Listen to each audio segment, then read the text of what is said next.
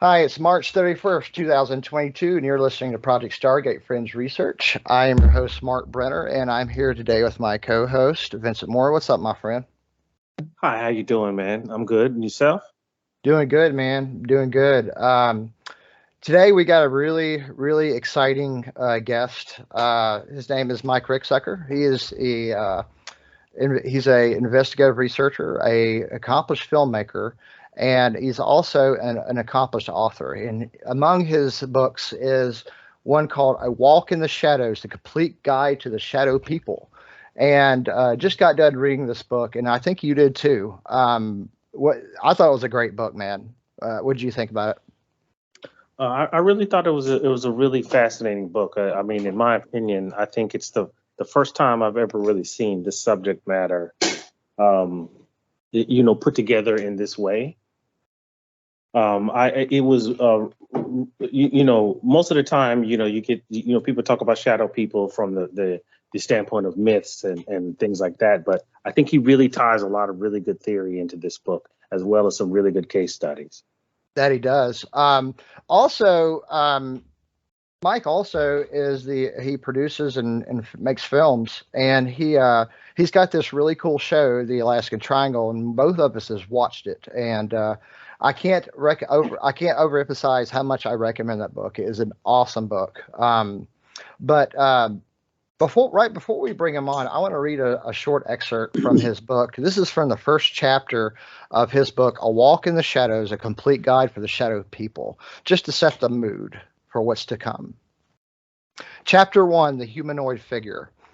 I was young, very young, perhaps 8 or 9 years old, the night I was scared speechless. I had been in the bed in the midst of a dead sleep when something had suddenly awoken me. It hadn't been a sound, a roaring engine down the road, or some random object falling off my dresser onto the hard wood floor of my bedroom. No, it was a presence. It was the middle of the night, and the house was deathly still. Dark, save for the light from the street lamps slinking through the window and the soft glow of the Peanuts nightlight against the far wall. My eyes adjusted to the dim lighting and looked down the length of my bed, and that's what I saw it. In the corner of my bedroom, between my closet door and the window overlooking the driveway below, stood a shadowy figure. It was as tall as a man with vague features of a face, but nothing discernible. I couldn't even tell if it was wearing clothes. For a long while, we stared at each other, I at it, and it at me. Part of me hoped it would just go away, perhaps slide into the closet open doorway and just disappear. Then perhaps I could just chalk the incident up to a strange dream in the middle of the night, but that's not what happened. Many times, Vince, I have heard accounts very similar to this one. This is terrifying stuff. It usually starts out as a bout with sleep paralysis, and then sometimes, by the way, I just want to be very clear. Sleep paralysis is a biological or physiological condition. Um, and I think I hypothesize that whatever these entities are, and it may be a whole hodgepodge of things, and we're going to get into that some later on, maybe at the end of this segment or or sometime in the next segment. But there's many possibilities of what these things are, and I'm really excited to have Mike on. It's going to be great. Yeah, the thing that really resonated with this book with me is, I've had both experiences with what I believe to be shadow people, and I've also had experiences with sleep paralysis. And then I've also have other people that tell me these stories. So I think these are things that we hear about all the time, and either someone tells us or we experience it on our own. So just the reading these case studies, it just brought back those how I felt where you're laying there helpless, or you see somebody standing in the corner in your room. It's really terrifying, I would It say. is. It's awful. I think most people at one point has had a bout with sleep paralysis, but either way, This is we're going to go deep into this. We're going to sail right into the unknown again. And also in our second hour, I want to maybe we can get into his hit show, The Alaskan Triangle. I love that show, man. Yeah, I love the show too. Yeah, I even rewatch it. Rewatch the rerun sometime. It's rewatchable because he films it in a way.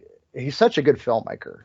His films seem to be meant as a learning tool in a way as well. It's entertaining, it's informative, it's thought-provoking. I'm ready to bring him on. Yeah, me too. I'm looking Let's do it. Let's do it right now, man. Let's go ahead and bring him right on. All right. Let's see if we can get him up here real quick. All right. Hi, Mike. Thank you for being with us and welcome to Project Stargate. Yeah, absolutely. Thanks so much for having me this evening. Really appreciate it. It's the pleasure's ours, my friend. Vince and I have been, we're just talking about your book. We both finished reading it yesterday, and we've been watching your show also for quite some time now. Thank you. Very good stuff. I like how your show, and I want to talk about your show in the next hour at some point. But what I was telling Vince before you came on the program is I like how you your filmmaking style is that of entertaining, is very informative, and it's very thought provoking. And how did you get into all this stuff? What was it? Was it experiences you had, or what happened? Yeah, I had experiences going all the way back to when I was very young, about 8 years old. Woke up in the middle of the night and there was this tall, dark figure standing in the corner of my bedroom. I had no idea what it was at the time. It of course was a shadow person, but I didn't know from that at that point in time. I just thought there was an intruder in the house and he was about to kill me. It's about what you think at that age. Fortunately, I'm still alive to tell the tale, which is great. But it did get physical with me, and it approached the bed, leaned over. I'm just staring up in this blank black face. But there's nothing there. No eyes, no nose, no mouth, nothing. I'm trying to scream. My mouth opens up and nothing's coming out because I'm just too terrified and frightened. And what it ended up doing was it grabbed me by the wrists, crossed my arms across my body, and then ran off down the hall. And of all places, into a closet. After that, I found my voice, found my legs, ran off to my parents' bedroom screaming. And, they're very nice, kind parents, trying to console me, calm me down, trying to tell me I just had a bad dream. But, I know I hadn't had a bad dream. I was awake for this whole thing. So that was my first real significant experience. And I, had several more after that. Wow. I think I know I've had sleep paralysis at least a few times that I can recall, and it's terrifying. You literally you feel like you're it's like your body just hit the off button, and I felt pain, I felt pressure, I felt like I couldn't breathe, kind of felt like a panic attack but worse, definitely. Yeah, and that first experience that I had with the shadow person, I actually wasn't paralyzed because I could open my mouth. Nothing was coming out because I was just too terrified. But my arms, were crossed. I was able to turn my head and watch the thing go down the hall. But I have had sleep paralysis, kind of the reverse of the way people normally have it. Usually people wake up and they're still paralyzed because it's a very natural biological phenomena where the body paralyzes you while you're sleeping so you don't act out your dreams. But I had it happen the other way where and it's happened a couple times where my body was just so exhausted that it shut down on me. My mind was still awake, and in both cases I was in a workplace environment at the time, and the first time I was in the military, so you don't want to get caught sleeping on the job while you're in the military. No, you don't. Yeah, and I wasn't asleep, and that was the crazy thing was, I was wide awake except my body was asleep and I couldn't move, and that was terrifying. That it is, man. So you had these experiences when you were little, and how did you get? Was that what drove you to write these incredible books and the show and do your filmmaking and all that? Yeah, I mean, there's a lot of things, a lot of factors that came into play. My second significant experience was, when I was 13, we had moved into another house, and there was a shadow entity in that particular house. Now, the one when I was little, that house in Massachusetts, that was just a one-off incident. It was the only time it ever happened. The only time I ever saw that particular shadow. This new house that we moved into in Ohio when I was 13. I'd be unpacking boxes, putting things away, and there would be this shadowy silhouette of a person, very translucent, standing in my doorway. And I'd turn and look, and boom, he would go running off. And this happened several times over the course of several days, where I'd keep seeing this thing in my doorway, and he would take off running anytime I go look at him. So I finally asked my mom what was going on, if she had seen this thing, and she actually had. She admitted to me she had also seen the same thing. But wow. She wasn't alarmed or worried about it. She was just very kind of nonchalant about it. So, couple great things. One, it affirmed for me what I was seeing. I wasn't crazy. And two, hey, if mom's not worried, I'm not going to be worried. So I started calling this thing Tom, like Peeping Tom, because it would peep in my bedroom, and so I'd look in the doorway and say, "Hi, Tom," and off he'd go. So those things were happening in the house for maybe the first 3 or 4 months that I lived there.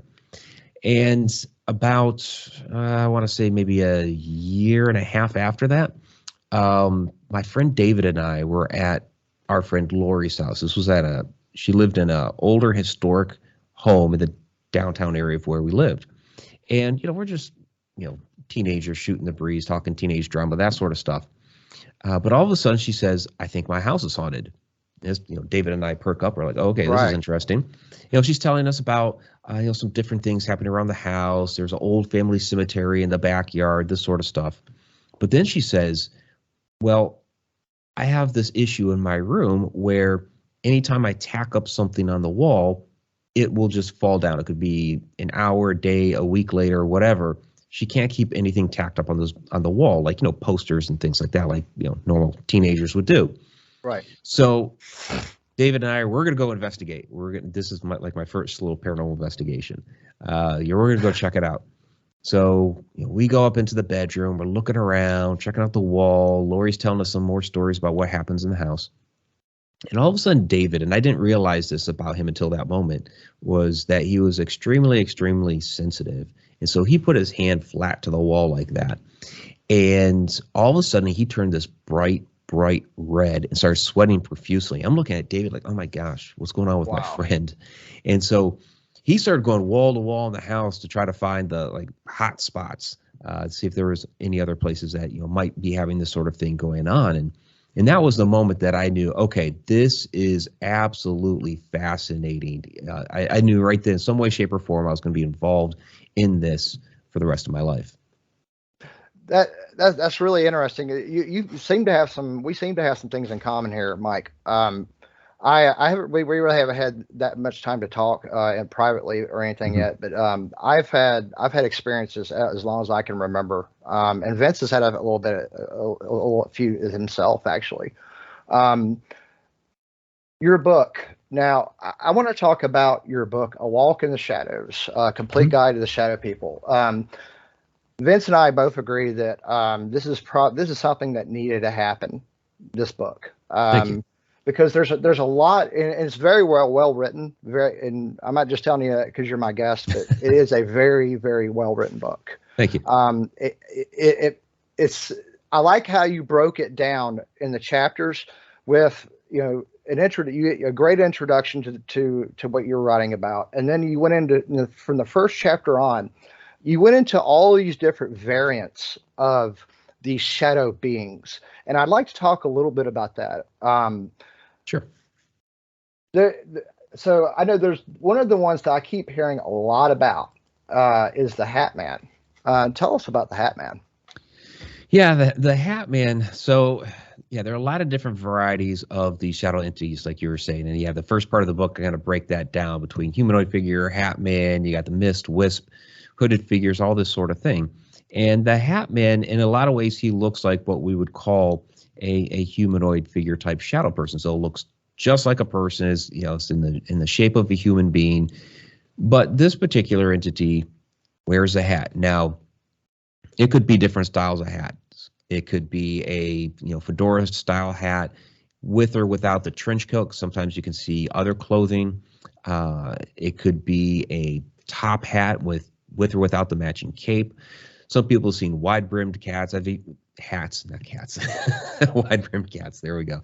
I've even had one person tell me that they saw a hat wearing entity wearing something that looked like an archer style hat, like almost out of Robin Hood. So large variety of different hats that they could be wearing. And there are a lot of theories as to what the hat may be doing. Like, why are they wearing the hats? Are they trying to mimic humanity?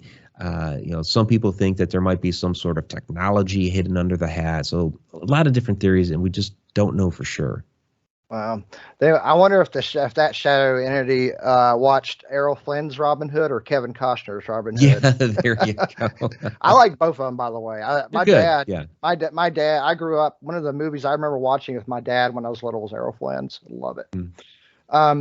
But moving on, you have several people that has had you interviewed yourself, like Tanya, for example. Can you tell us a little bit about that particular case? Tanya with the top hat. Yeah, it was kind of interesting. I'm trying to remember all the details from it, but yeah, basically she was saw this hat wearing shadow entity wearing the top hat with the cape kind of floating in through the room, and when she did some research on that particular house, she discovered it had once been One-Eyed Jack's mortuary. So she had to question, okay, is this somebody left over from the mortuary days, or is this something else? That's a good question. We were talking about that earlier, and I'd like to get into some of your ideas later on about what these things might be. I've had one experience that I can recall. My wife saw it too. It was like six of them, like literally six of them. Going out? Just it looked like they were running along the side of the room, and they were exiting out the wall where my window was, and there's like this glow and everything. It was crazy. Like, it was just insane. Oh, that's interesting. Okay. Yeah. Was the glow a particular color? So we're laying in bed. This is in my previous home. Okay. And when our bed was kind of the foot of the bed was facing the window, and it wasn't a real powerful glow, but it was a glow. You could see that there was something outside my window making this, and it was kind of a yellowish, whitish kind of glow. It was a very, very interesting and horrifying experience. It really was. Yeah, because you have people report seeing whether it's a glow like that or flashes of light. So on occasion that gets reported. Yeah. Yeah, and see when all this kicked off, right before all that kicked off, my wife does have epilepsy. Okay. There is I was reading years ago. I was reading Dr. Barry Taft's book, Aliens Above, Ghosts Below. Okay. And he was talking about a possible connection between epilepsy and PK. And it makes me wonder if maybe that had something going on, something like that. It's just an interesting idea. Yeah, it's always possible. Yeah. Yeah. But then there's another kind that I read in your book in chapter 4. You talked about the hooded figure. That's creepy, man. Tell me what's up with that? Yeah, the hooded figures are kind of a mixed bag. Where with the the hat wearing entities, a lot of times they get deemed as some of the more nefarious kinds of shadow entities. The hooded figure, some of them are too. So you have reports of people waking up and they're standing at the foot of the bed, and the one story I have in there, she's lifted up by her ankles off the bed. Another woman woke up and she had these hooded figures surrounding her bed chanting.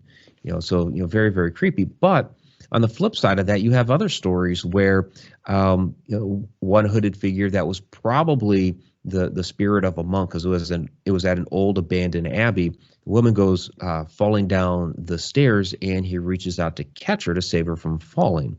Another one where the little boy was very, very sick, and the mother kept seeing this shadow entity going down the hall toward his bedroom, and she thought this was like an omen of death. It's a harbinger of death. He's coming to take the boy. And what ended up happening was, they were at the doctor's office one day. They're going to run all the same tests that they've been doing for this boy.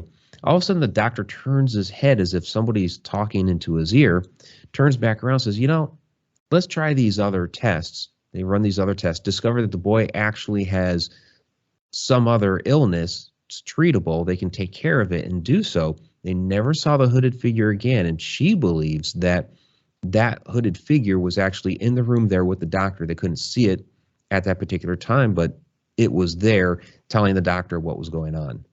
So wow. Very, very different stories.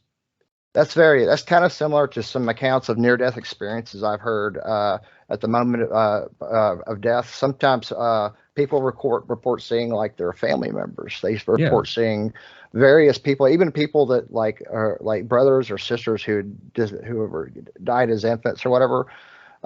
They're like, "Hey, how are you?" And then they pass on. It's really interesting. Yeah, no, that stuff happens. Like my grandfather on my mother's side, when he was in the hospital his last couple of days, he was visited by his grandfather. Now, he had never met his grandfather, but there he was in the room coming to visit. So yeah, you hear some interesting stories like that. Wow, that's incredible, man. I have a question also. So when I was a kid and we had just moved to the house where my parents live now, I remember I was in the kitchen in the refrigerator, and we had this little hallway. And I remember seeing, it looked like a little person, like a really short black figure peeking around the corner. And I caught it out of the corner of my eye. And as soon as I looked, it moved. It went away. And, me being curious, I walked around to see where it was, and it wasn't there. I've heard stories about shadow people peeking around corners and things like that. Is this something that you hear about often when you're doing your research? Like, quite a bit. Sometimes they're various heights, but sometimes they're short also. Right. Yeah, they could be a number of different heights. Peeking around corners. That's why I called Tom Peeping Tom, because he would kind of show up in my doorway, and sometimes he'd do that same thing where he'd peek around the corner. A lot of times he'd be standing in the doorway, but other times he would just kind of peek around the corner. But yeah, other people report that sort of thing where they will see a shadow kind of peeking around the corner.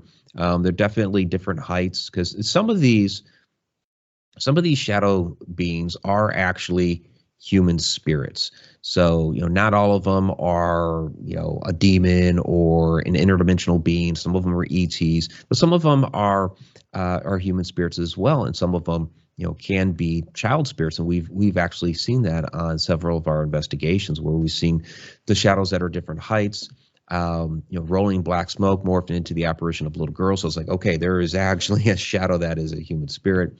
Another one at Campbellsville Grade School. It's in the very first chapter of the book on humanoid figures, where it was a shorter shadow entity that we caught on camera, and when we did height comparisons later on, it would have been about the height of a 10-year-old child, which makes sense for the environment that we were at because it was an old school. Wow, good question, Vince. Now moving on, there's chapter 5 in your book. One of the other types of encounters people have is like a mist. Tell me about that. That was weird. That was Sorry, weird. some music just kicked up on my computer for like a second. That is really quite strange. All right, my friend. We have a lot of anomalies on the show. My interview of Daryl Sims last year went bonkers. I'll have to tell you about that another time. Anyway, go ahead. Sorry. Yeah, the mists. So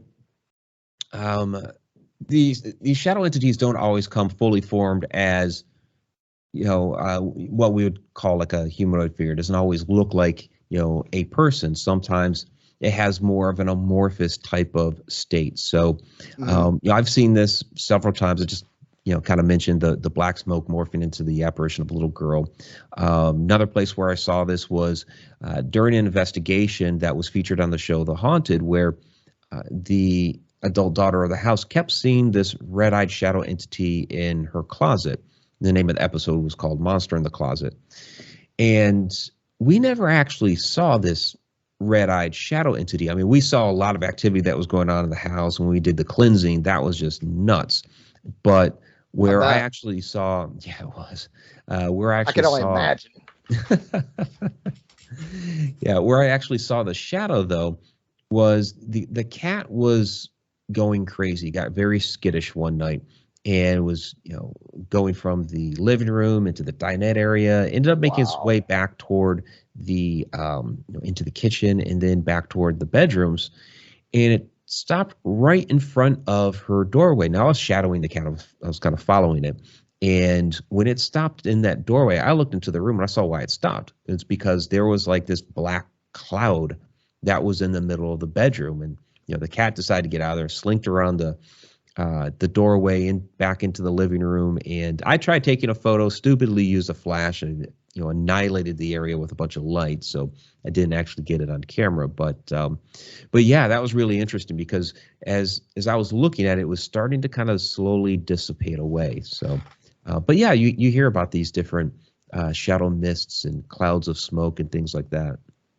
It almost sounds like, this is just a hypothesis, but it almost sounds like maybe it's like some kind of a partial manifestation. Maybe it's trying to manifest. Maybe there's not enough energy. Yeah, right. And people will ask that, was it trying to form up and manifest into that red-eyed shadow entity? Maybe, there's no way to know for sure, but because there was a lot of activity that was going on in the house, not just the red-eyed shadow entity. So was it that? Was it something else?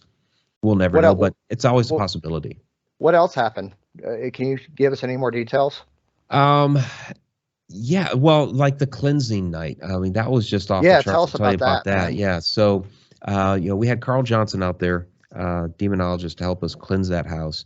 And everything was going along fairly well until the Taliesin, the girl, came into the house. We had the family stay outside, but she had to use the restroom. So she came in, uses the restroom, and all of a sudden we find her in the master bedroom, and she's talking at something unseen at the wall, and she's asking questions like, why are you in the house? Why do you keep terrorizing me? Why do you keep terrorizing the cat? That sort of stuff. And so Carl decides to do a blessing over her. So as he's doing this blessing over her, all of a sudden she doubles over like she got punched in the gut. And she's just like, oh, like that. Now, when I went back over my audio later, I caught an EVP right there that said die. So you listen to it, you hear die. And then all of a sudden, boom, she gets, punched in the gut. She falls to the ground. We pick her up, get her on the bed. She's okay. She kind of comes to. So all of a sudden, the back door to the master bedroom, which leads outside, starts blowing open. And we close the door again. It would blow back open. This happened like 3 times. We finally deadbolt the thing. Carl does a blessing over the door. Well, the tri-field meter back in her bedroom that we had set up near the closet where she had all of this activity going on, that starts going off like crazy. So you have all of these things happening. We finally finish up our blessing, our cleansing inside, pushing this thing out into the backyard. So we're in the backyard. Carl's doing his blessing. The wind kicks up. The cats are running around us in circles like crazy. It's just like bedlam back there. And, finally, Carl does his like last prayer. Everything kind of calms down, simmers down, and, the thing is gone. So we go to the side yard where the family had been hanging out and staying, which is, it's a small yard. It's not that far. We walk over there and we're talking about everything that happened. And we make some comments about, that was some really wild wind that kicked up, wasn't it? And they look at us and they ask, what wind? They didn't experience any wind there in the little side yard that was like, 50 feet away. It was crazy. That is crazy. I've had something kind of similar to that happen. That's the creepy stuff, man. We got a local group up here in Georgia. They're called Interlight Paranormal. Great group, wonderful group of people. They do cleansings and stuff like that from time to time, or at least they used to. I'm not really sure if there's how much involvement they have in that stuff, but I've heard some stories. Yeah. The net is now. Listen, I want to ask you this question. This is something that really piques my curiosity. There's other phenomenon that's kind of similar to this. You got all this stuff. We got the Men in Black. We got black-eyed children. We got women in black, according to Nick Redfern. what's your take on all that? Is there a connection here, or is this just a hodgepodge of interdimensional entities of some kind? Well, I mean, some of them are, different interdimensional type beings, like with the black-eyed children. Now, people ask me, are those a type of shadow person? Well, no, because a shadow person, you don't really get any details. You don't get any, facial features. The clothing is more of kind of like an outline. And plus, shadow people can come and go at will, where black-eyed children, they need to be invited into the house. They knock on the door, ring the doorbell. They want to be invited in. They're talking to you with their own voice. And shadow people don't do that. They don't show up at your doorstep and try to have conversations with you to get invited into the house. So let me in, boom, boom, boom. Let me in, boom. Yeah. And those things are pretty creepy. But Men in Black, they're an interesting breed, because I believe that there are different types of Men in Black. There's the shadowy government agencies, and I worked for NSA for a few years, so it's like I knew some of those guys. Right. And people will kind of make fun of me sometimes, like, oh, you were a Man in Black, and it's like, well, no, I mean, I had to occasionally dress in a suit to a undisclosed location, off site, but I wasn't. I wasn't a Man in Black. But there are those guys, shadowy government agents they're human.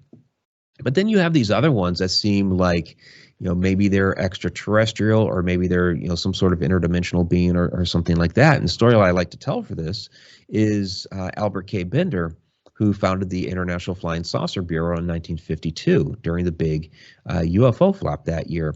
And, this was an organization that went big immediately. It went international into the UK, Australia. You got to remember, this is a time where you didn't have the internet, and to make a long distance phone call was going to be very expensive. But yet here he was within a year with 2 international offices and a newsletter that he's publishing, and, all this stuff. And out of nowhere, he suddenly shuts it down, and people didn't understand why. And it was, almost 10 years later, he finally publishes a book and explains what happened. He's finally going to talk about it. And what it was he had come home one day, and materializing through the wall of his bedroom were these 3 shadowy, hat-wearing beings with glowing eyes, and they smelled like sulfur. And they talked to him telepathically and told him that he needed to stop what he was doing. He needed to stop trying to pursue everything that he was doing with UFOs.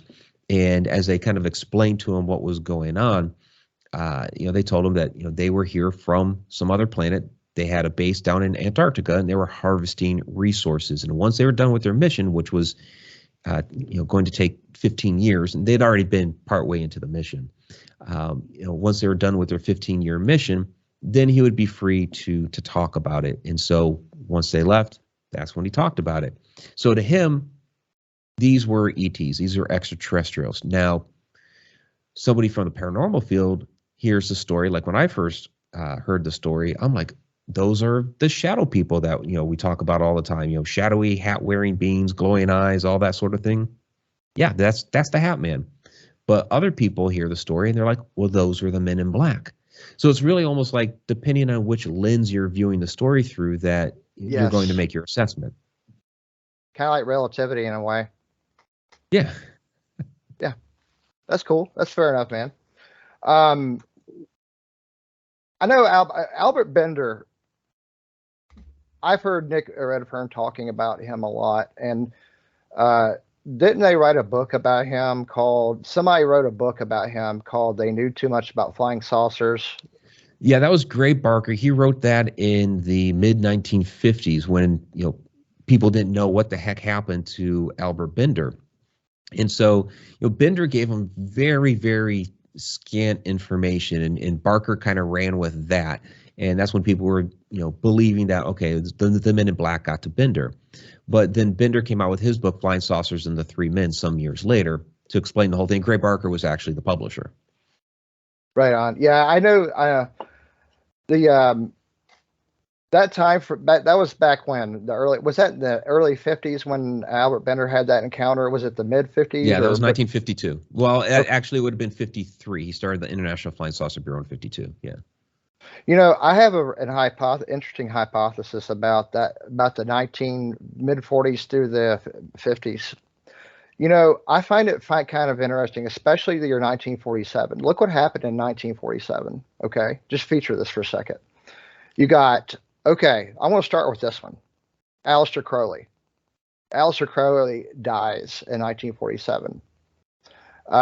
He was one of the big dogs in the in black magic and stuff like in the occult back in the day. Yeah, the founded Thelema, all that. Yeah, yeah. So he dies, and he had a claim that he had summoned in a ritual some sort of being called Lam, Lima Alpha Mike.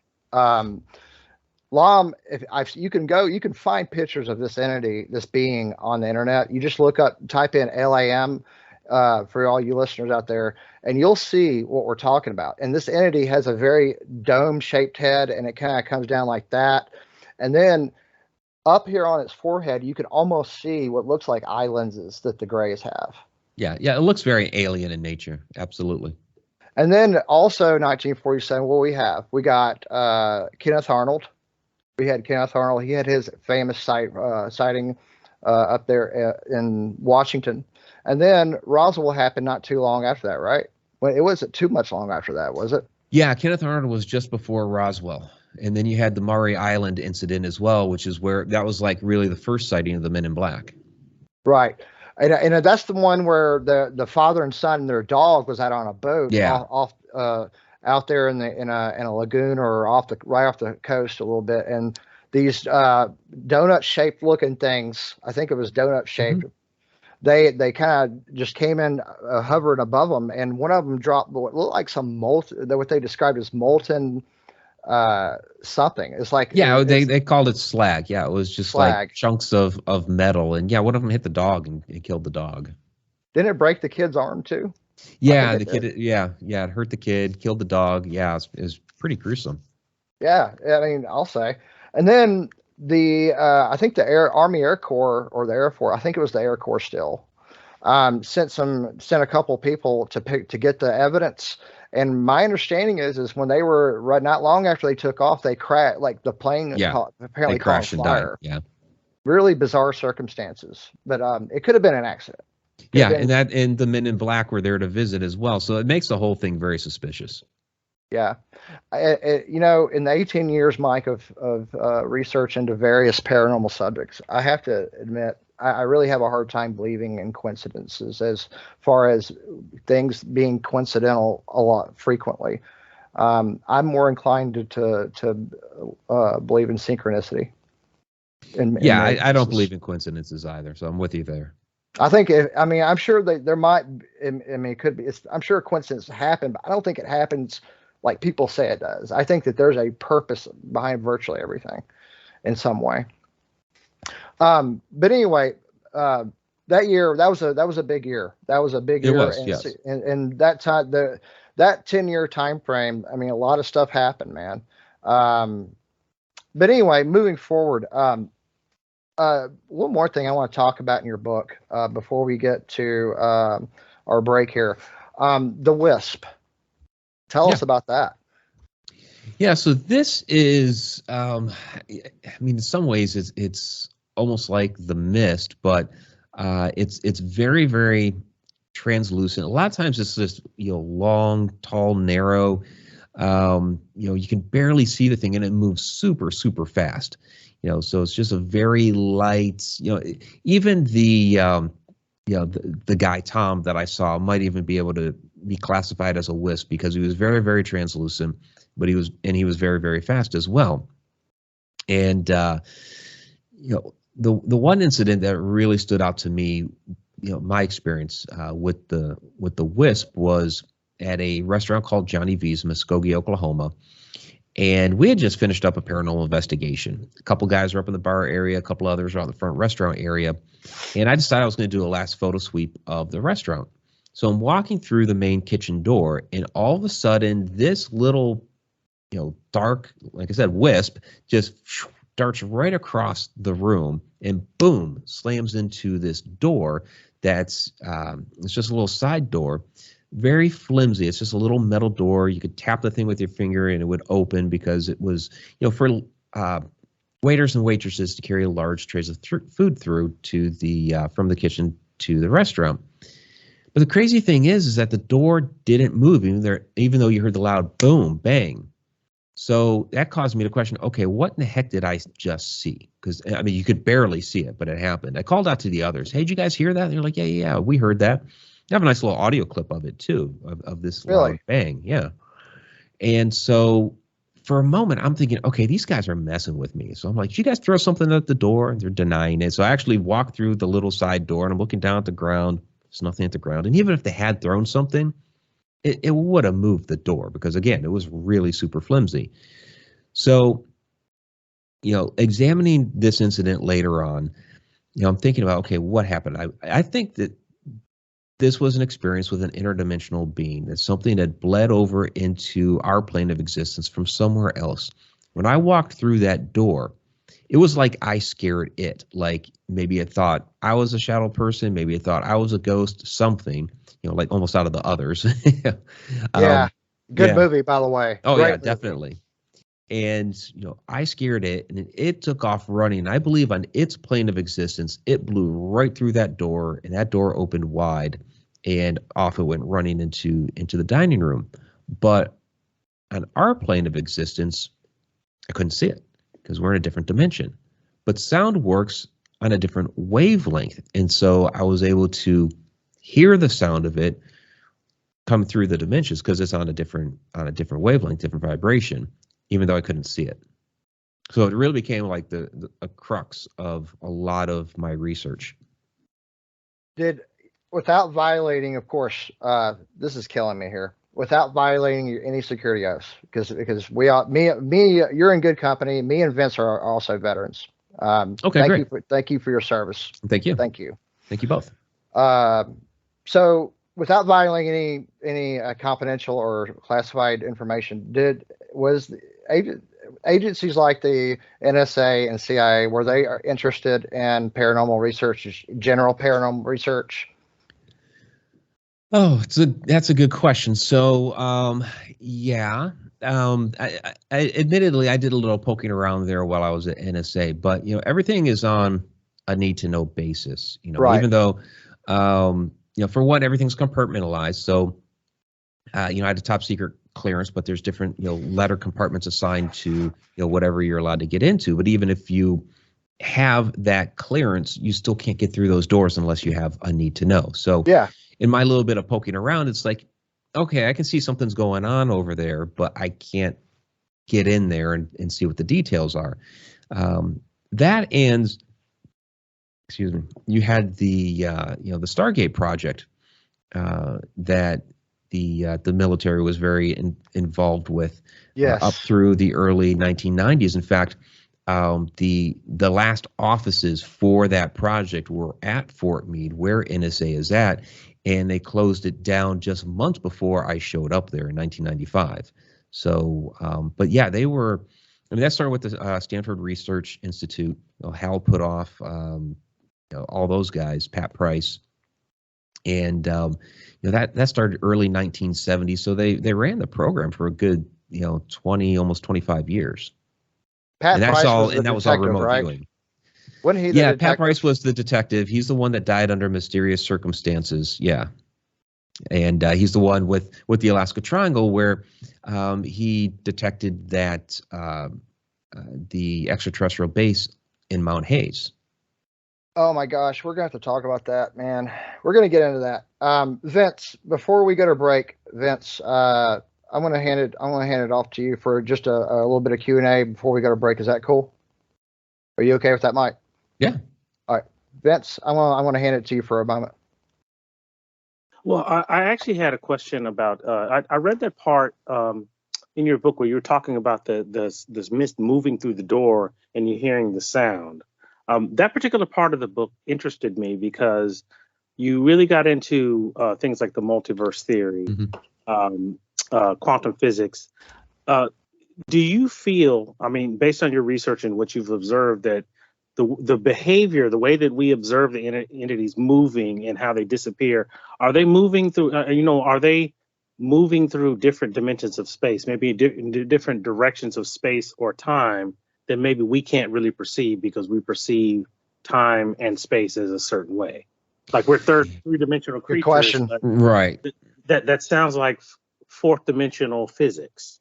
Right. Yeah, and it's something that I get into in some of the different classes on the Connected Universe portal. I get into time. I get into personal resonance and vibration, how these different things work. So I have something I call stacked time theory. I coined it that term some years ago, and then throughout research I've done over the years, it's like, oh, okay, well, Einstein had a similar concept, so it's not original. But the idea that time is a human construct to describe the reality that we're currently living in. It helps us to keep track of the seasons and when to plant, and your boss wants you to show up at work on time and things like that, right? But it's actually past, present, future all occurring at the same time. So take the location where you're sitting right now. Everything that has happened, is happening, and will happen are all there kind of stacked on top of each other. Like, take a stack of photographs, every moment that has ever happened at that location, and it's all there stacked up. And for whatever reason, we don't really understand the catalyst, otherwise we'd be able to do it at will. But for some reason, two of those moments will occasionally resonate at the same frequency, and we'll get a glimpse of that reality. So you hear some of these stories sometimes of time slips where people actually witness another moment in time playing out, but there's interaction there. Like, you're looking at something that you think is a ghost, but the ghost is looking at you like you're the ghost. And there's some fascinating stories, along these lines where the ghosts and the people are having these interactions. And, what's fascinating to me about that is like, okay, a lot of times we're getting a glimpse at the past, but the past is getting a glimpse of the future.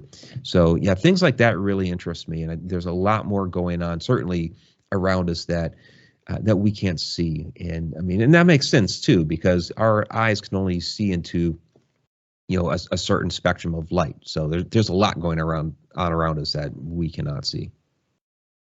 Wow. As a researcher, do you think that you're beginning to embrace things like quantum physics and that's maybe changing the way that you do your research or changing the way that you approach your research? Yeah, a lot has certainly changed over the years as far as and I say that at the very beginning of my book in the introduction. I reserve the right to change my mind on anything. Right. As we continue to learn and grow, other things are going to come to light.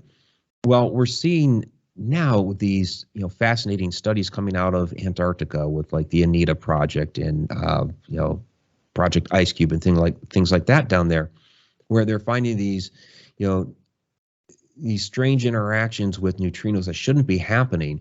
And they're coming back and saying, well, it looks like there's a parallel universe that's a mirror image of ours that's running, backwards in time. And this stuff came out a couple of years ago.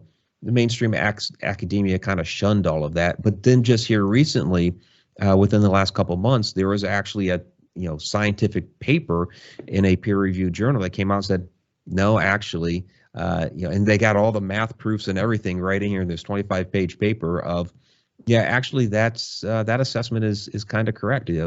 We can actually prove that there is this parallel universe running in reverse time. So what does that mean to us? Right. I read that paper. That was actually really fascinating. That's why, it's interesting that you bring that up, and especially bringing that up with a lot of these things that we're, that we witness and we research, I'd say. Oh, absolutely. Yeah. It sheds a lot of light on, things that we've witnessed over time, because then it starts to make you wonder, okay, maybe it wasn't necessarily a ghost. Maybe it was another form of intelligence in another dimension or on some other plane of existence that we were able to briefly interact with, some way, shape, or form. People talk about, light beings and astral projections and some of these things that we're seeing.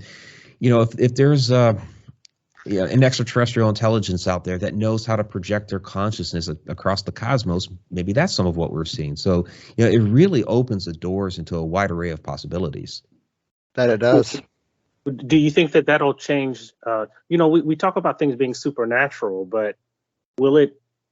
Do you think it'll force people to maybe look at these things as just natural things that we don't understand yet? Yeah, Hans Holzer had a great quote where he said, not he hated the word supernatural. He would say, none of this is supernatural. It's all natural. Just some of these things that we experience don't happen all the time, but they're quite natural to happen. It's part of our universe. So yeah, it's certainly a natural phenomenon. It just, we call it supernatural, we call it paranormal because it's something that doesn't normally happen. It's a more rare occurrence. Right. Dang. I have a quick question for you, Mike. Do you consider yourself, at least in partial, a parapsychologist?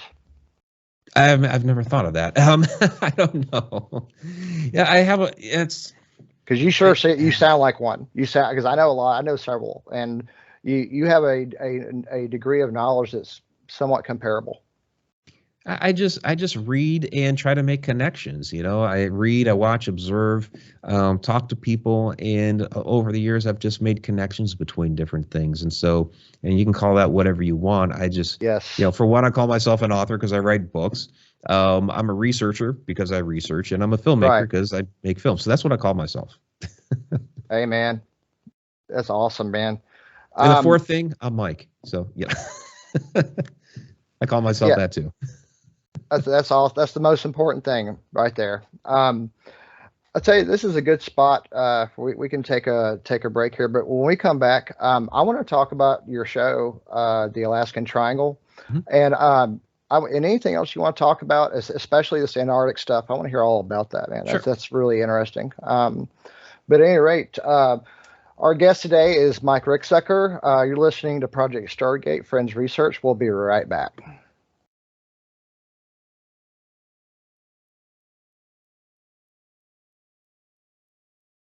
All right, and welcome back to Project Stargate Friends Research. And today we have with us Mike Ricksecker, and we were talking about his book about the Shadow People, a great book. But he also has a lot of other things going on. He's got a program. He got a TV series right now. And he's got several things going on. He's got a podcast. And Mike, I'd like to hear all about this stuff. I'll let you start with whatever you start with. Yeah, we had just mentioned there during the break about the Shadow Dimension docu-series, and this is a 6-part series currently running on Tubi TV, so you can go out there and watch it for free.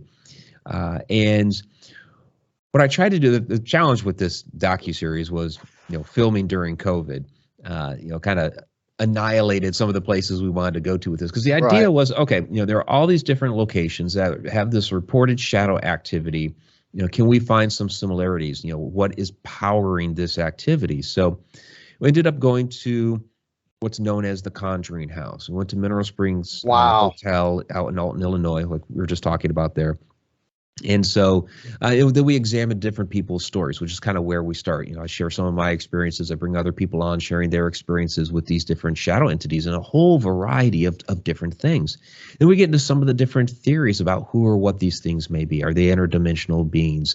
We talk about the averted vision, seeing these things out of the corner of your eyes and turning and looking, and then they're gone. So why is that? Why do those things happen? Then we get to the actual Conjuring House, and we do an investigation there. But I've got Carl Johnson with me. I'm interviewing Andrea Perrin. We're getting into a lot of the lore about the house and trying to discover, okay, what is powering this activity? So we were talking before about time slips, and one of those interesting time slips happened there with Andrea and her mother years ago, where from the parlor, they had seen into the dining room area these people out of like the 1700s that turned and looked at them. The one guy says to the other, well, will you look at that? Looking at Andrea and her mother. So, they could fully see each other in that moment. And you look at the history of the house, and a lot of things kind of are centered in one area. Now, things happened all throughout the house, all throughout the property, but some of the more significant things, if you go from the bottom of the house, is this, they call it the well room, because there is an open water well that's right there. It still has water in it. It's open. And then the walls of that room are limestone capped with granite blocks. So it's like this perfect little power plant that's down there, and it supercharges the house. So that time slip happened in the parlor, just above that room. You go up another level. Well, this was Andrea's old bedroom. This is where people repeatedly saw this shadowy black smoke. When I was up there, I was getting lightheaded in that room, something crazy. Really? Yeah. And then this one photo that I took, it was really bizarre because everything in the foreground of the photo is crystal clear. And then from the doorway where people repeatedly saw this shadow smoke, everything is like shifted to the right. So there's an interior window because the house was added onto over the years. And then behind that wall, there's an exterior window, which we could not see. And I could not see that through my camera, but yet for some reason it's actually there shifted to the right, and it looks like the window was on the chalkboard. There's a chalkboard on the one wall that's over there. It's like, okay, what in the world is going on here? So I called it interdimensional phasing. I think that there's, Andrea likes to call the house a portal cleverly disguised as a farmhouse. So that's one of the things that we were looking for there. Are these entities, are these shadows coming in and out of a portal that's there? And I think if there is a portal, and with all the experiences people have had over the years there, my own personal experiences as well as a bizarre photo, I think she's right. I think there is some sort of portal activity that's going on there that is in that well room is charging the whole thing. So, these are types of things that we were looking for in this docu-series. We even get into ancient history. We start talking about some of the shadows from like ancient Sumer and ancient Egypt, and that's going to be part of season 2. So did some filming last year while I was actually out in Egypt, talking about this phenomenon. We did some filming last year out at Hinsdale House, and we're getting all of that together right now, and hopefully by the end of the year we'll have season 2 out. Wow, that's exciting! I can't wait to see that, man. So is this particular phenomenon the focus of your podcast, or is it? Do you also cover other things? We cover a lot of different things. So I was running 2 podcasts. The one was Edge of the Rabbit Hole. We just had our final show on Tuesday night. I've been running that for 6.5 years, and it was just time. Got a lot of other things going on, a lot of other projects, and so something had to give. The other one is Connecting the Universe, which is an interactive class on Wednesday nights that you can access through the Connected Universe portal. I do publish the audio version of that on Friday, so tomorrow morning there'll be a new audio podcast of what we were talking about last night. But to get like the full presentation, all the slides, the video clips, and watch all of that, and ask your questions in the middle of the class, then you come out there Wednesday nights at Connected Universe portal. That's pretty cool. Wow. Thank you. That's really innovative, man. Kathleen Martin, we've had her on a couple of times. We had her on another time, like a month. What was it, Vince? Like a month and a half ago, something like that. I don't know. It was like a month and a half ago or something like that. Yeah, it was like a month and a half ago. Yeah. But she does this thing. She does something kind of along those lines. She has this service. She charges a very small fee, very next to nothing, and she lets people. She'll do Skype or Zoom meetings with people who think they've had an abduction experience. Okay. I like that. I like what y'all do, or what y'all are doing. I think it's great, and I hope you're very successful with it. Yeah, thank you. Yeah, it's $9.99 a month. I mean, first 30 days free, so you can come and check it out for 30 days free. Sure. And it's more than just the weekly class. We have all kinds of other stuff on the back end. So we have monthly Q&A videos. I do a weekly video blog in there. I have all kinds of articles that I've written that are within there. Then all the Egypt footage, and I did an American Southwest tour last year as well. All of that footage is back in there, plus like sneak peeks and behind the scenes of different projects that I'm working on. So all of that material is back in there, hours and hours and hours worth of footage. Sounds like it, man. And you say the Shadow Dimension is on Tubi? Yeah, the Shadow Dimension is on Tubi, so you can watch that for free whenever you want. So got a couple other services as well, but they're paid services. So, but the free one is Tubi.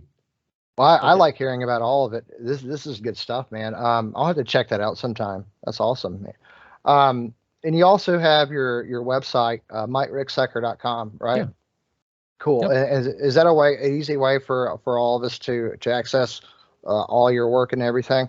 Yeah. You can go to MikeRicksecker.com. So it's got my event calendar out there. It's got all the tour information. We've got a tour to Ireland coming up here in July. We still have a handful of tickets that are available if people want to jump on that. Egypt next year, and then in a year and a half we're doing an Alaska tour. So a lot of stuff going on there. Wow. It does link to my blog, which I've actually moved to the Connected Universe portal. And then, there's a lot of other great information out there. So access to, some different videos and, information about, television shows have been on, that sort of stuff is out there. Well, that's awesome, man. So you've also done a lot of television and documentary. Can you tell us about that? Can you tell us some, including your current show? Yeah, I mean, I've done a handful of shows here. I started with The Haunted back in I think it's 2011 now. Man, what a great show, man. Yeah, God, what a great show. It was. I really enjoyed that one. My Ghost Story. Those were the first couple ones. Then came along, the Alaska Triangle. So I've done a couple seasons of the Alaska Triangle. I was on Fright Club with the Ghost Brothers there, a couple of episodes there. Cool. The recent one was Ancient Aliens. And that was a great experience. So there's more things coming down the road. So stay tuned. Wow, I can't wait to see what it is, man. We'll be your number one fans for everything else, man. Yeah, man. And then now you got the Alaskan Triangle, and Vince and Vince is a little. I will admit, Vince has gotten a little ahead of me on catching up on all the back catalog. But I've watched a lot of it, and it's legit, man. I recommend it to everybody. I'd like to, if you don't mind, for just a little bit, can we dive into some of those cases? Do you care if we dive in a couple of them? How about we'll start with you. Tell me one of your favorites. What's one of the most fascinating, intriguing cases that you experienced in the Alaskan Triangle? Yeah, I mean, personally, I experienced several things. I spent 3 years in Alaska, which is one of the reasons I was kind of a great fit for the show. And we didn't really talk about those experiences on the show itself, which is kind of funny. But it was insane when I first got up there. And this is 1992. I was 18 years old, fresh out of high school. And it was one of those where, okay, you're going to train in the heat and sweat of Texas and Mississippi, and then we're going to ship you to Alaska where it's already snowing and going, it's like that's nuts. The military for you. Yeah, that's the military for you. Yeah. But what was interesting is Mount Spur across the Cook Inlet from Anchorage had just erupted not too long before I showed up, because I got there and there's still it's snowing, but there's also a little ash still mixed in with the snow.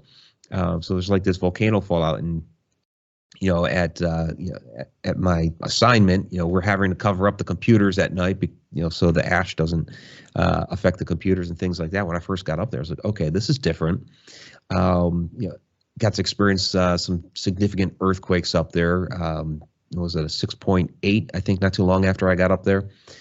And then there was this airplane taking off from the Anchorage airport, where it got about 1,500 feet in the air, and then all of a sudden, one of the engines fell right off the plane. Oh my God! Yeah, and it crashed into a supermarket parking lot. Oh man! Yeah, I hope nobody got killed. The plane turned around. Everybody was fine. They landed at the Anchorage airport. Oh, where it landed at, I mean, this is bizarre. Where it landed at in the parking lot was on the back end. Nobody was back there. Other shrapnel had fallen off the plane and crashed into people's yards, through the roofs of their houses. People were finding shards in their beds, but nobody got hurt. Man, that's a miracle, man. That's a miracle, yeah. I believe in miracles, man. I've seen them. They're real. Good stuff, man. So those are some of the things, when I first got up there, I did experience some shadow activity in the basement of the Alaska Command building, which was really interesting. Yeah. Wow. And I think it was more of the time slip nature. There was a legend there that was going around, because we were seeing this stuff all the time, and you couldn't talk about it too much because you didn't want to find yourself down at mental health. So yeah, no kidding. You don't want, in the Army especially. No, you don't, because doing that, you'll get your security clearance pulled. So yeah.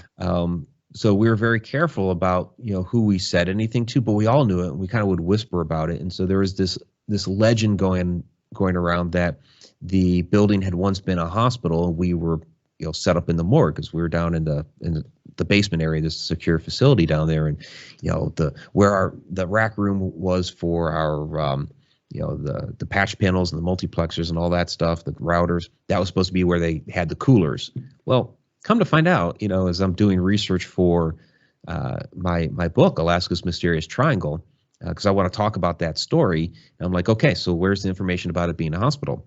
It was never a hospital.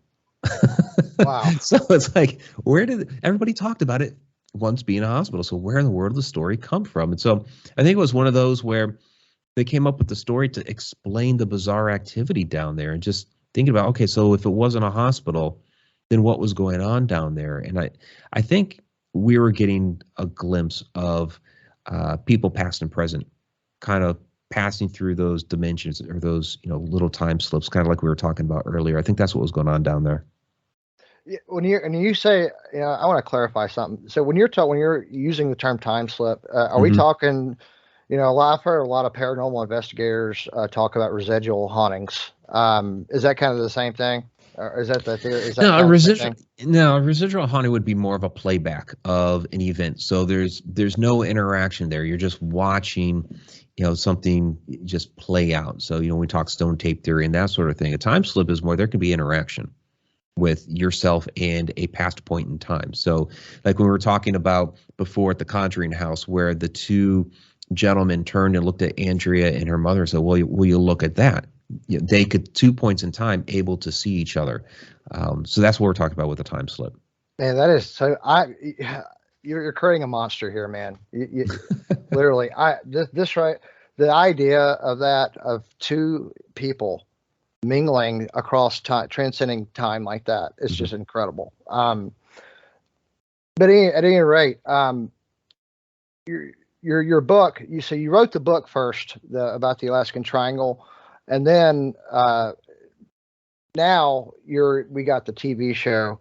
One of the cases I really found one of the most fascinating was the one about the triangle.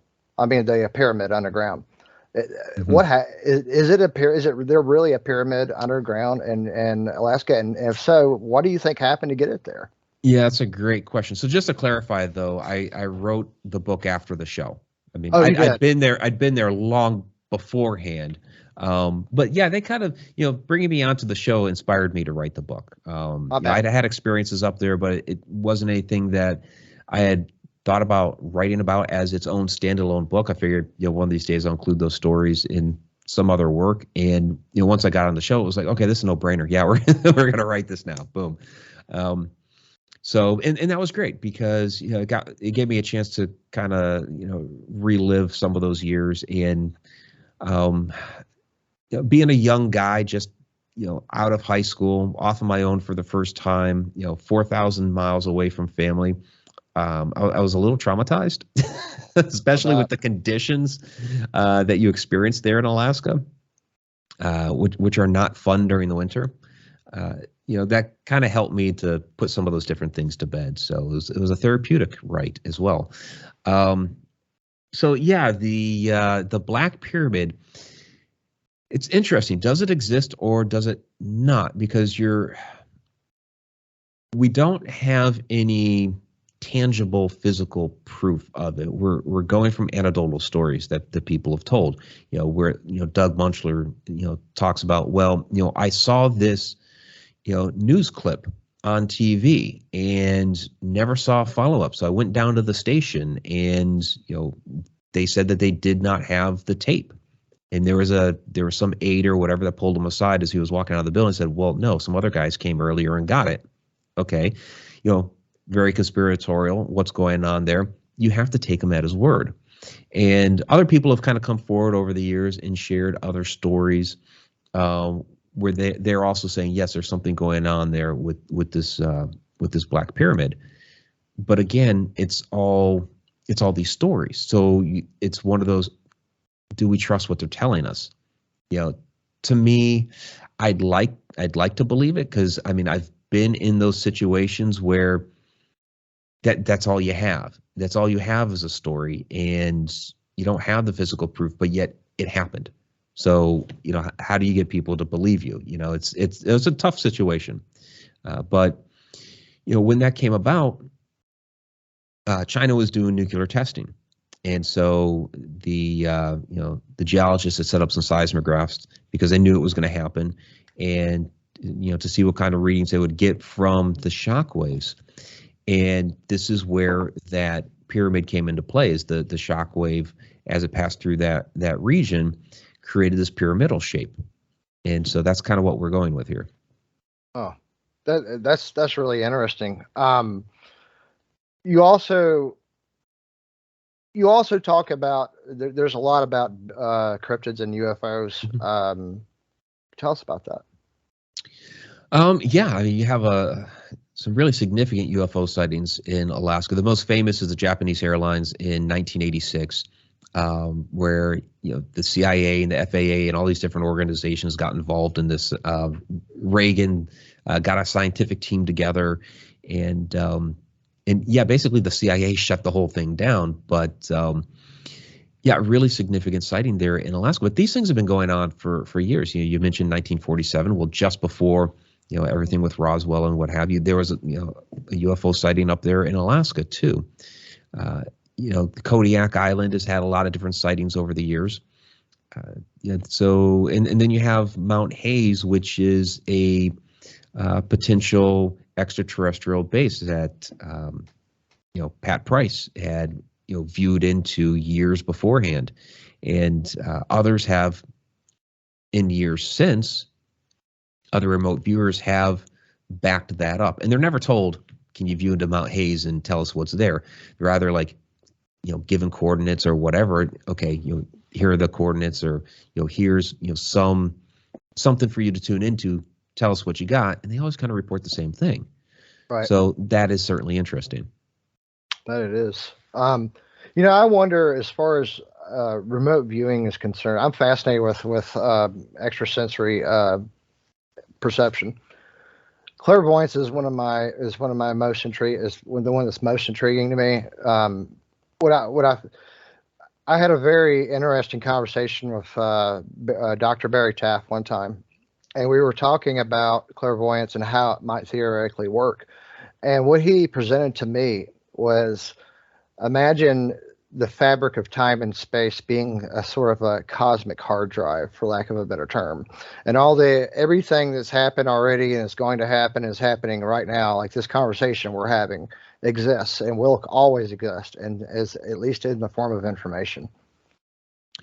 Yeah, and I think we're just tuning into whatever that piece of information is. I think everything is, well, we know everything's vibration. You get down to the molecular structure of objects. You get down to the atom. The atom is vibrating. Nothing's solid. Take my mouse. It looks solid to us, but all the little atoms inside it are actually vibrating. So that's what it all comes down to. So I think if we can tap into that frequency, and I personally don't know how to do it, but others do, that they're able to access that. I mean, when it comes to me, because I do get some things, it's kind of random. So somehow, some way, I'm able to, for a moment, pick up on something, and okay, that's interesting. But other people have learned how to focus their energy into being able to tune into it, and I think it comes down to personal resonance of frequency and vibration. Yeah, I have these as for research purposes. Okay, sure. And my wife, there's really no other way of putting it. She's psychic. She has a lot of empathic abilities, and it seems like she has some sort of a clairvoyant ability, because out of 10 tests with these Zener cards, she actually consistently, all 10 times she did it, she was very consistently scored between 14 and 24 out of 25, very consistently. Nice. Great. All of them. And as a matter of fact, in the future, I'm planning a live experiment here on this program, and I'm gonna have some participants and some have a parapsychologist, somebody who is very adept with remote viewing, and we're going to perform an experiment and see for ourselves. Nice. Definitely. That sounds great. Yeah. Yeah. Can't wait, man. Now, there's an island that you guys had on your show, and Vince, I want you to jump in here in a minute and talk about your favorite episode, one of your favorites. But there's this one that I saw that just blew me away, and it was on an island. I think it was off the south coast somewhere. I'm thinking it was Alaska, kind of towards. I'm not 100% sure, but I think it was like in the southern area. But they had this island, and it's infamous apparently for Bigfoot and UFO activity. And what floored me is you guys had this gentleman on there, and he was exploring the island, and he comes across a tree that was uprooted, turned upside down, and shoved in the ground. Yeah, and I have to do a little more research into that one. I'm familiar with the story, but there's also a part of me because there's always a part of me that's a little skeptical of some things. I think you have to be. You have to have a healthy dose of skepticism and look into things and research, and not just believe everything that you see and hear and all that. Exactly. With that one, because that story aired, and I wasn't a part of that story. That one aired after I'd already finished writing the book, so I wasn't even really aware of the story, and I didn't cover it or research it or anything. But when I looked at that, the thing that crossed my mind with that, looking at it, was, have we ruled out a mudslide? I don't know, and I don't know if they have, because that could always be a possibility. Yeah, that makes definite sense, man. Vince. Well, I don't necessarily have a favorite that I could think of offhand, because I really like the whole series. I do too, by the way. My thoughts on it is you do a really good job of, you not only talk about the things, the stories that you may have experienced or heard, but then I think you give a really good idea of what the culture of Alaska is like, which is unlike any place else in the United States at all. It is, yeah, it's totally different. Why do you think that these things are intertwined with Alaskan culture? Is it maybe the cultures of the indigenous people that were there, or anything, people that came there later, and also, why do you think that there are so many stories? What is it about Alaska that makes it a place where these types of things can happen? Yeah, with Alaska, you have a lot of strange, anomalous energy that's occurring there. The U.S. Department of the Interior did a survey in the 1960s and only covered like 100,000 square miles of Alaska, and Alaska's over 600,000 square miles. But just in that small area that they surveyed, it was for electromagnetism, they found all kinds of strange anomalies up there, and they called many of these negative anomalies. So the electromagnetism there is just inherently in the land is very strange. Now, when we talk about triangle areas, we're talking about that vortex energy welling up from the Earth's magnetic core that can affect different things in the area, where we see like the Bermuda Triangle, the Dragon Triangle out there by Japan, Bridgewater Triangle, like Skinwalker. Yeah, Skinwalker has a lot of strange things going on too. People talk about the Sedona area, so you have these different locations on Earth with these strange magnetic properties. Also with Alaska, talked a little bit before about the volcanic activity and the earthquakes up there. The land is very volatile. The second largest earthquake that we've ever recorded happened up in Alaska. Shock waves that were felt. I mean, it rocked the Space Needle down in Seattle, and you had tsunamis from that earthquake kill people in California. That's how powerful the thing was. The first big earthquakes, there were some smaller ones that I felt beforehand, but the first big one that I felt up there, it sounded like a cannon went off. I'm on a military base and I hear a boom, and I'm thinking, are we being attacked? It's 1992. The Soviet Union had just fallen. We're not that far from it, so it's like, wait a second, what's going on here? But it was an earthquake. So the land is very, very volatile, and then the volcanoes that you have up there, it's a very volcanic area. They have discovered here recently, there's a paper that came out I think it was the end of 2019 or end of 2020, somewhere around there, where the Aleutian Islands have several volcanoes along that chain, and they have discovered that it's part of an ancient caldera.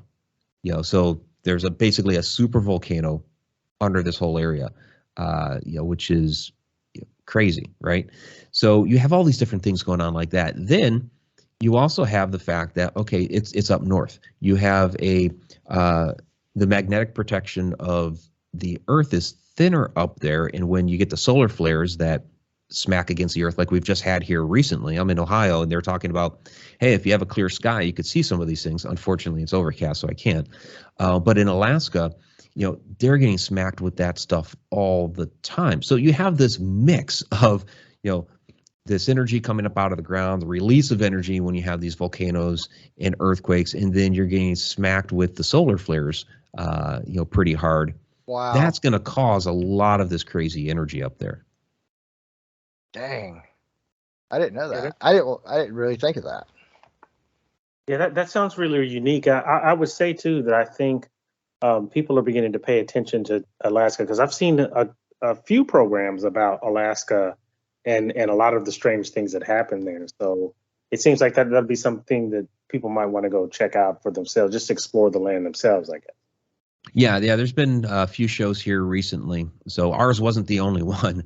And I'm involved with a project here in a few weeks where I'll be discussing this again on another television show. So it's really caught people's interest. It's part of the United States, but to a lot of people, it's a far off land, and it's the culture up there is definitely unique. You have a lot of ancient culture up there that people really aren't familiar with. And you were asking earlier about cryptids. There are legends of giants up there that people really aren't familiar with, where I feature some of this in my Alaska Triangle book, Alaska's Mysterious Triangle, where there was a guy named Michael Kazanuk. He was a native Inuit elder, almost 100 years ago. He wrote by hand, on pieces of paper, a 500-page book of all of these different legends and stories passed down through the years, in the Inuit culture. And it's very, very broken English, but he's talking about these giants coming over the Bering Land Bridge and some of the stories associated with them. He's talking about giants intermingling with regular human women, and what type of what their offspring is like. And it's like, I'm reading this. I'm reading this stories, and I'm thinking, wait a second. This is like stories of the Nephilim out of the Bible or the Book of Enoch. How in the world did these stories end up there? It is. It's just like it, actually. What if is that what we're looking at? Is it possible? I mean, it's very possible that everything in our universe is connected one way or the other. And, somehow, some way, these stories traveled up there as well. Now, did they come across from the peoples as they, crossed over from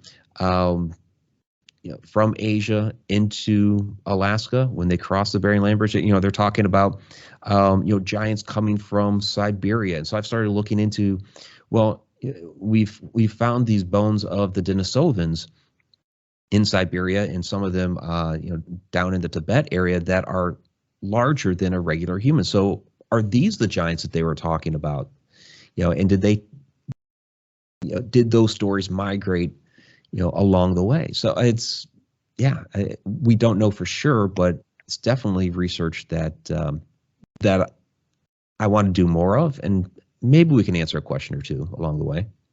Well, I think that's fascinating too, because even if you talk to like indigenous people in Asia or Siberia or China or what's Kazakhstan, a lot of those areas they really do say the same. They have the same types of stories.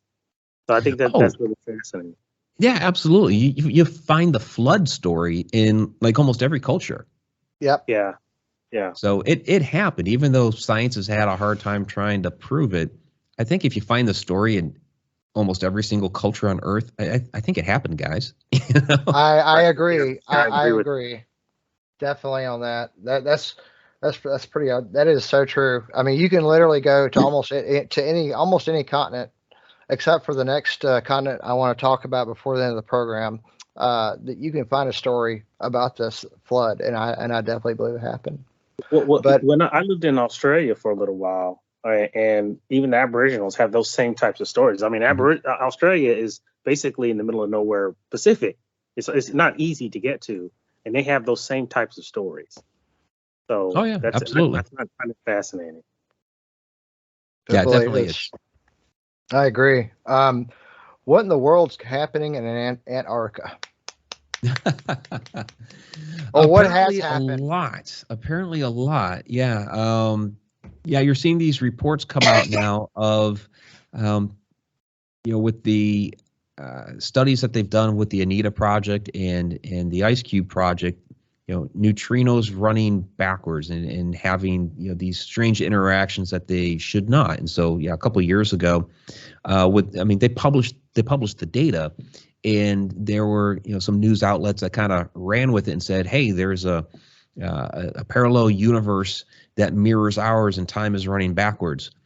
And, you kind of had the more traditional academia and news outlets say, well, wait a second, that's not it. These guys are kind of off their rockers over there. Well, fast forward 2 years to now, and you're seeing these new articles published by like Live Science and Space.com and, some of these, more, I guess, reputable news outlets that are like, oh, yeah, now there's a new paper that just came out that's published in a, peer-reviewed, accredited journal that, there is a parallel universe apparently running in reverse time.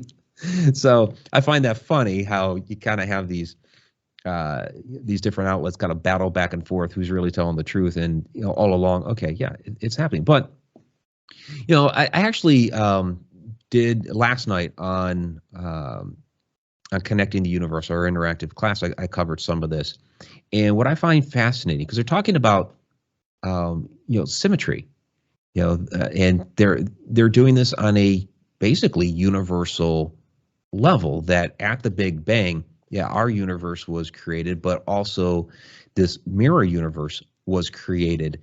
And what I find funny about that is like, okay, so you're telling me that for every action, there's an equal and opposite reaction. We've known this, right? Or you look at the yin and the yang, so this is stuff that has always been inherent in our culture. You're just putting it on a much bigger level, that not these different little things within our lives, but the whole freaking universe. Okay. Makes sense. Definitely does. Yeah. Equal. Yeah.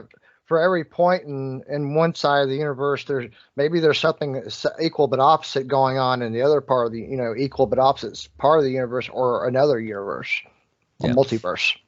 Yeah, it very well could be. And there's I'm writing an article right now, and it'll probably end up becoming a part of my next book, where, okay, if we have this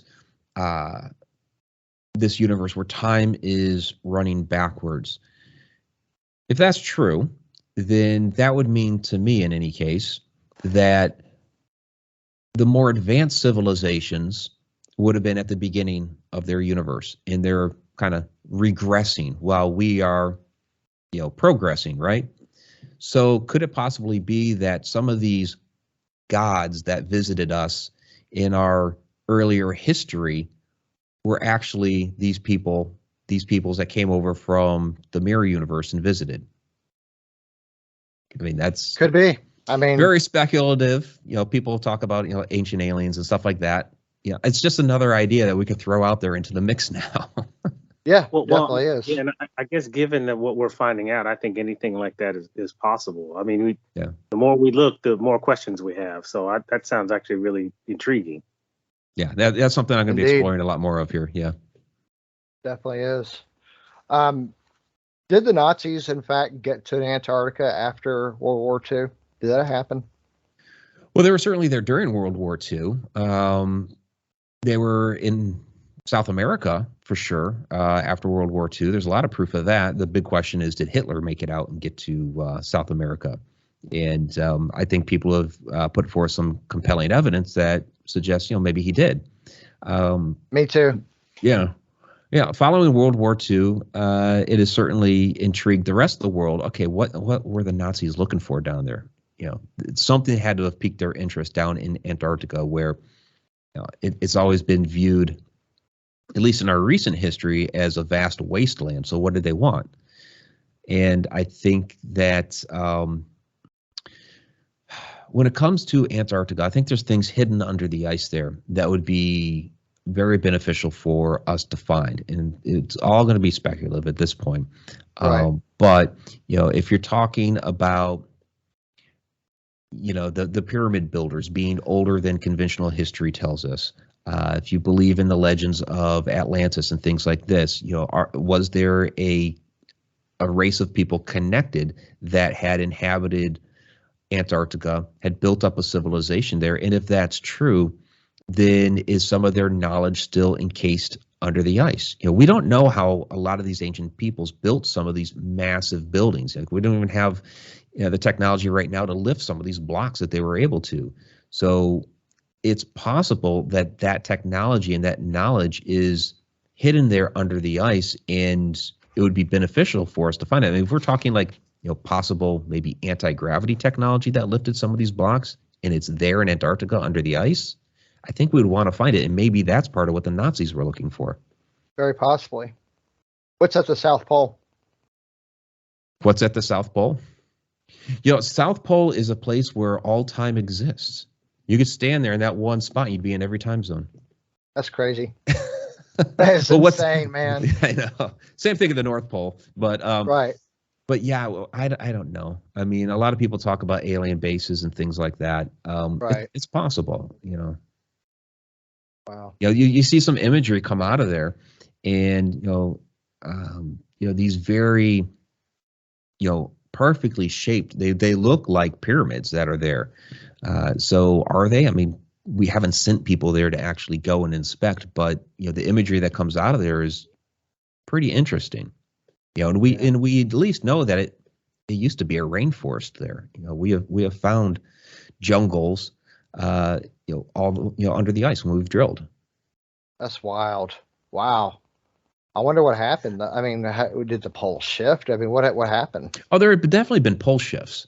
The last one happened about 40,000 years ago, and it was only for 400 years. It wasn't flipped for a long period of time. But this happens periodically throughout our history, and people are scared that another one's going to happen here soon. Just because because the pole moves all the time, magnetic north.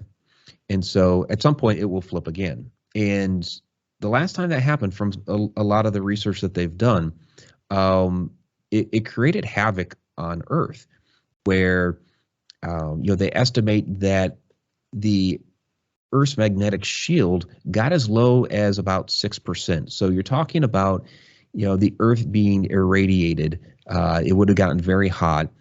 So people started speculating, okay, that maybe this is why people started hiding in caves. They would have seen a lot more of these auroras at night, and them being a more superstitious type of people back then, what are they imagining is going on with the heavens and the gods at that point?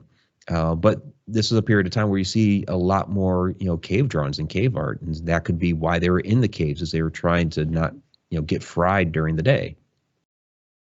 Wow. So. You're like a real life Indiana Jones, bro. Like I said on social media the other day, literally that's what you are, bro. Vince, you want to jump in on this? Mm-hmm. Well, I would I'd actually like to talk more about your book. For people that would be interested in reading that book, Alaska's Mysterious Triangle, where can they find it? Where can they buy it?